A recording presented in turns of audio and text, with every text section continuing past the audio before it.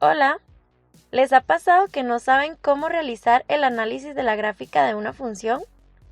Este es un video para la Cátedra de Matemáticas Intermedias de la Universidad Estatal a Distancia de Costa Rica, el cual se desarrolla alrededor del tema análisis de funciones.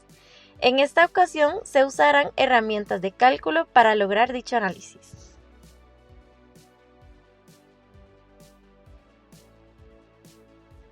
El dominio de una función hace referencia al conjunto de los valores para los cuales la función está definida.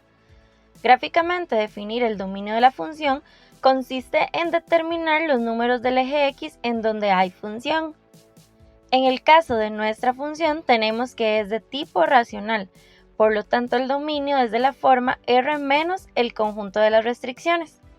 Las restricciones se obtienen igualando a 0 el denominador, entonces se tiene que 2x menos 1 al cuadrado es igual a 0, y despejando se obtiene que x es igual a 1.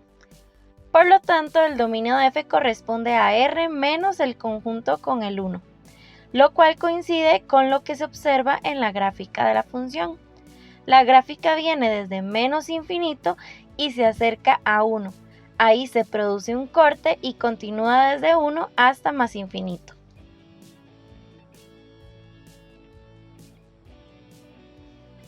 Continuemos con las intersecciones con los ejes. Estos son los puntos donde la gráfica de la función toca los ejes del plano cartesiano, eje X y eje Y. Iniciemos con las intersecciones con el eje X, las cuales se obtienen igualando el criterio de la función a 0 y resolviendo la ecuación. Entonces se tiene que x por 3x menos 4 sobre 2 por x menos 1 al cuadrado es igual a 0. Resolver esta ecuación se resume a resolver x por 3x menos 4 igualado a 0. Al tener dos factores que al multiplicarse dan como resultado 0, es porque cada uno de estos factores podría ser 0. Por lo tanto, se tiene que x es igual a 0 o 3x menos 4 es igual a 0. Al despejar de la ecuación que nos resulta, queda que x es igual a 4 tercios. Por lo tanto, las intersecciones con el eje X son los puntos 0,0 y 4 tercios, 0.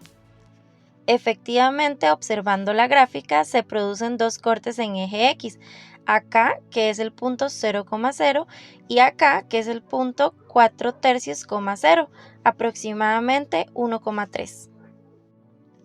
Ahora, la intersección con el eje Y se obtiene evaluando el 0 en el criterio de la función. Entonces, f de 0 es igual a 0 por 3 por 0 menos 4 sobre 2 por 0 menos 1 al cuadrado. Esto nos da como resultado 0. Por lo tanto, la intersección con eje Y es el punto 0,0, lo cual nuevamente coincide con la gráfica. El único corte al eje Y se produce acá, en 0,0.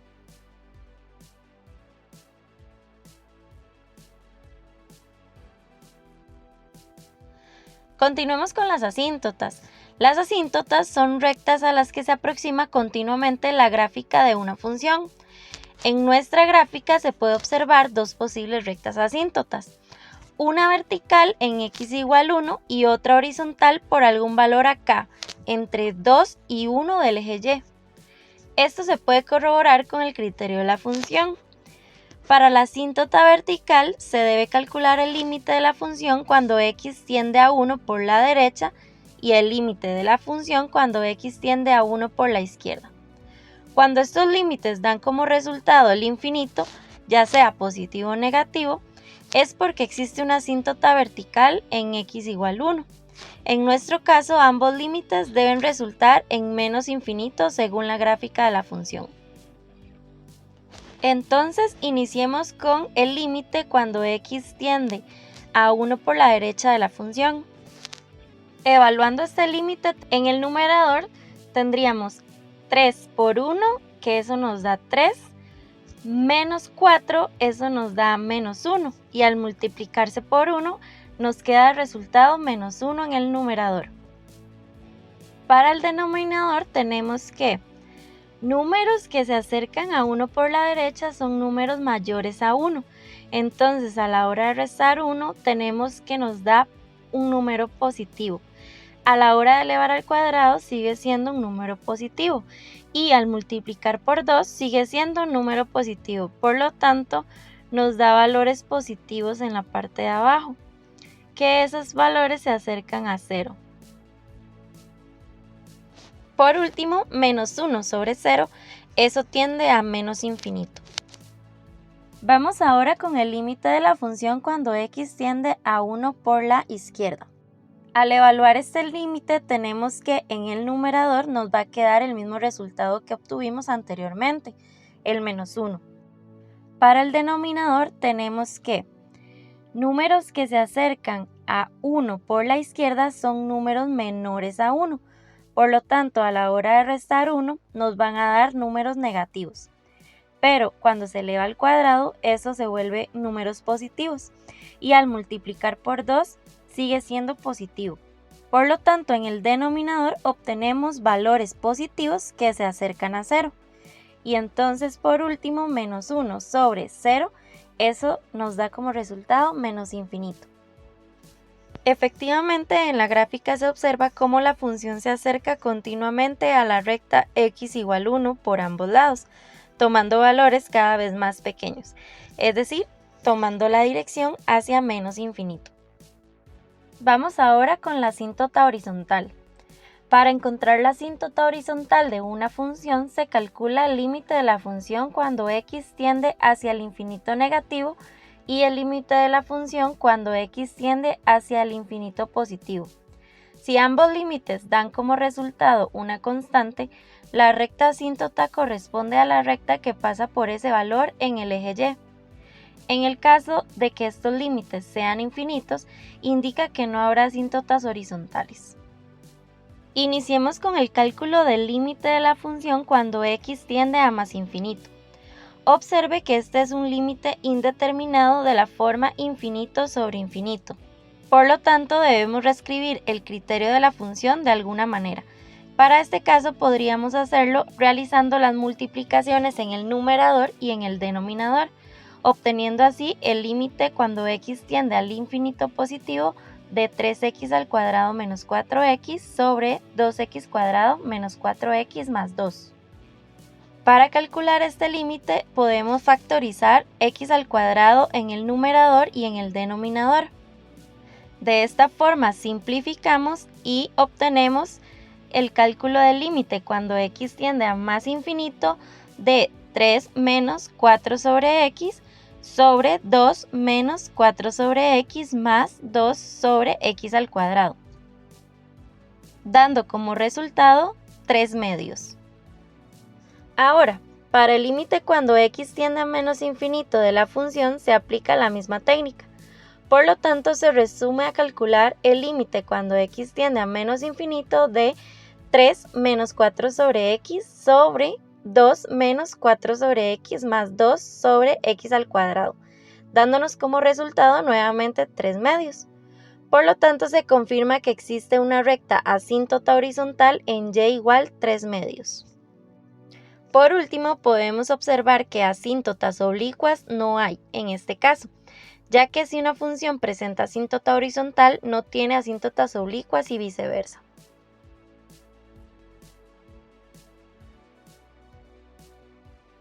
Vamos ahora con los intervalos de monotonía.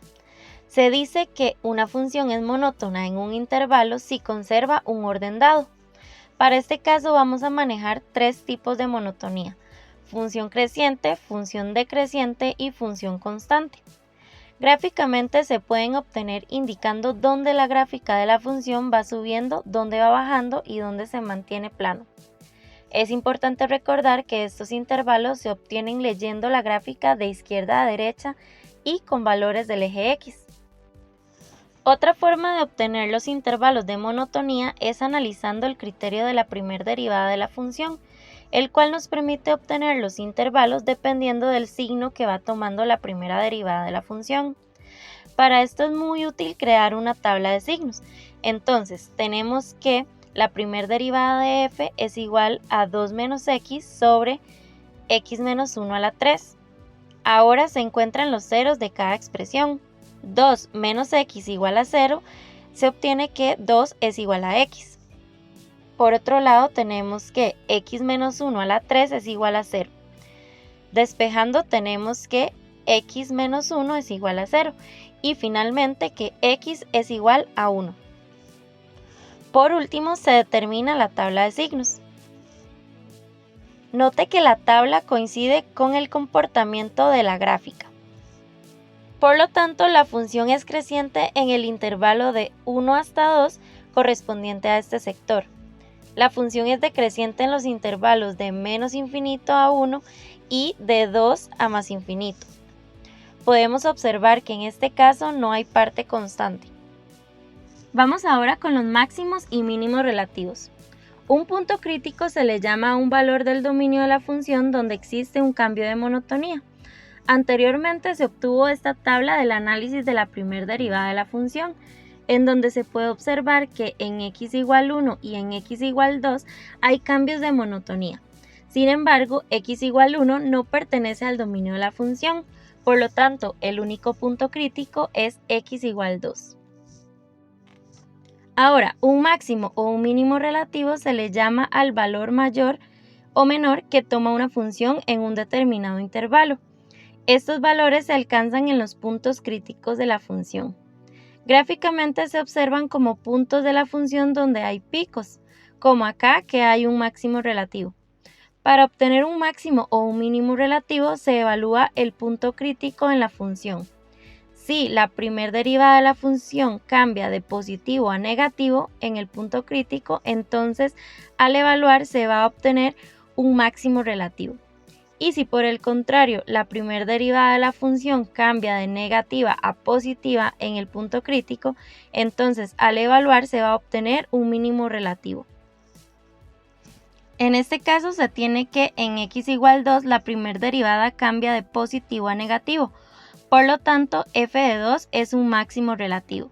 Se tiene que f de 2 es igual a 2.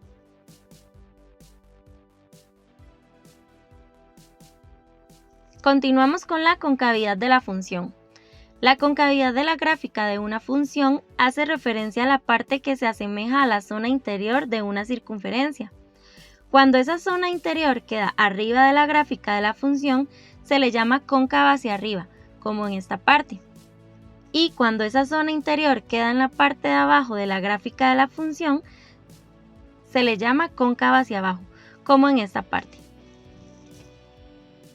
Una forma de obtener los intervalos de concavidad de una función es analizando el criterio de la segunda derivada, el cual nos permite obtener los intervalos dependiendo del signo que va tomando la segunda derivada de la función.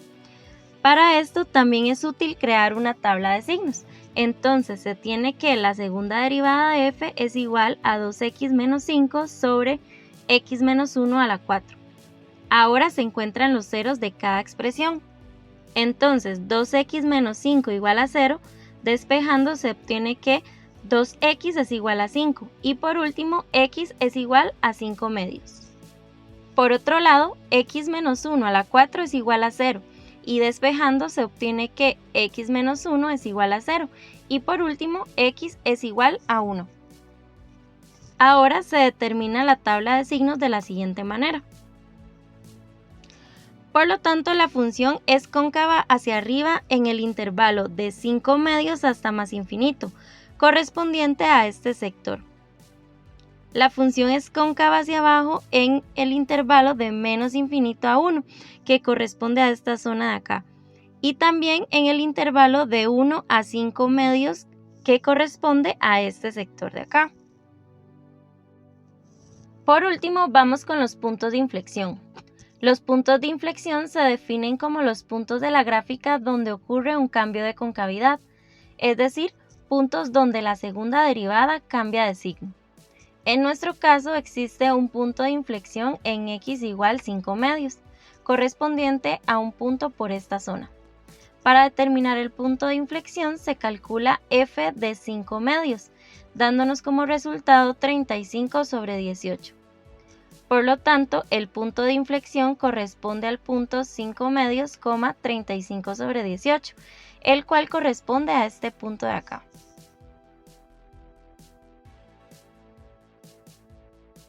Bueno, hasta aquí hemos llegado. Espero este video sea de ayuda para ustedes en la comprensión del tema.